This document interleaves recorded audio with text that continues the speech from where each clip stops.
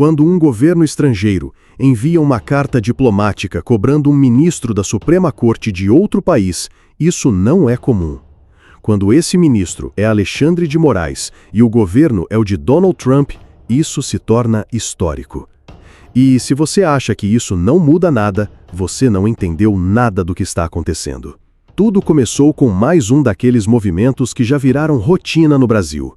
Uma canetada do STF determinando o bloqueio de uma plataforma.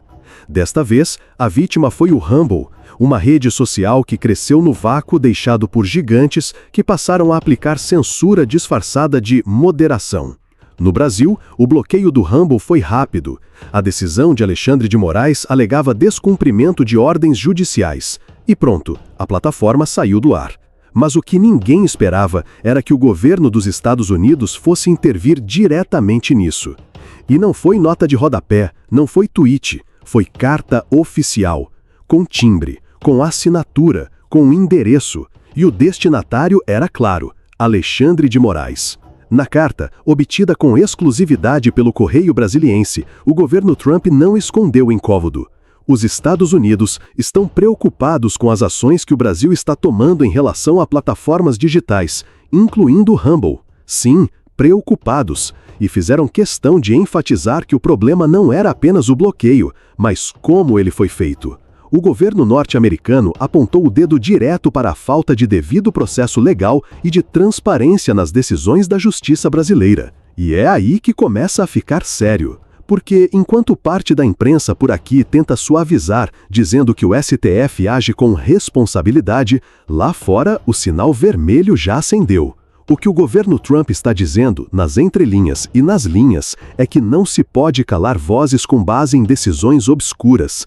Que bloquear plataformas inteiras porque elas não concordam com a narrativa oficial não é democracia, é autoritarismo digital. E a carta continua. Em outro trecho, vem a cobrança. O governo dos EU pede que o governo brasileiro revise essas ações e leve em consideração o impacto negativo para a liberdade de expressão. Agora pense, quando foi a última vez que um país como os Estados Unidos, que vive dizendo que valoriza a democracia, mandou uma carta desse nível para o Brasil? A resposta, você nunca viu isso acontecer. E sabe por quê? Porque desta vez, quem está no poder lá é Donald Trump. Trump pode não ser perfeito, pode ser odiado pela mídia tradicional, mas se tem uma coisa que ele não faz, é baixar a cabeça para a censura. E foi justamente por isso que seu governo não hesitou em cobrar diretamente um ministro do Supremo Tribunal Federal brasileiro. A carta foi enviada por meio da Embaixada dos Estados Unidos em Brasília, em tom direto e com o peso diplomático que esse tipo de ação carrega. E se você acha que é exagero dizer que isso é histórico, pense de novo. Nunca antes se viu um governo estrangeiro tão preocupado com a liberdade de expressão no Brasil ao ponto de intervir publicamente. E quando essa preocupação parte de um país como os Estados Unidos, maior economia do planeta, referência de liberdade de imprensa, palco da primeira emenda, a coisa muda de nível. A carta é clara. Os Estados Unidos veem o bloqueio do Rumble como uma ameaça aos princípios democráticos e fazem um apelo direto, que o governo brasileiro reavalie a decisão. Mas até agora, nenhuma resposta pública de Moraes, nenhuma nota do STF, nenhum esclarecimento. O silêncio fala alto. E enquanto isso, nas redes sociais, o assunto virou trending. Influenciadores, jornalistas, analistas internacionais, todo mundo comentando. De um lado, os defensores de Moraes gritam que é interferência externa. Do outro, os defensores da liberdade de expressão gritam: finalmente alguém de fora teve coragem de dizer o que muitos aqui não podem. E não é só sobre o Rumble. A questão vai muito além.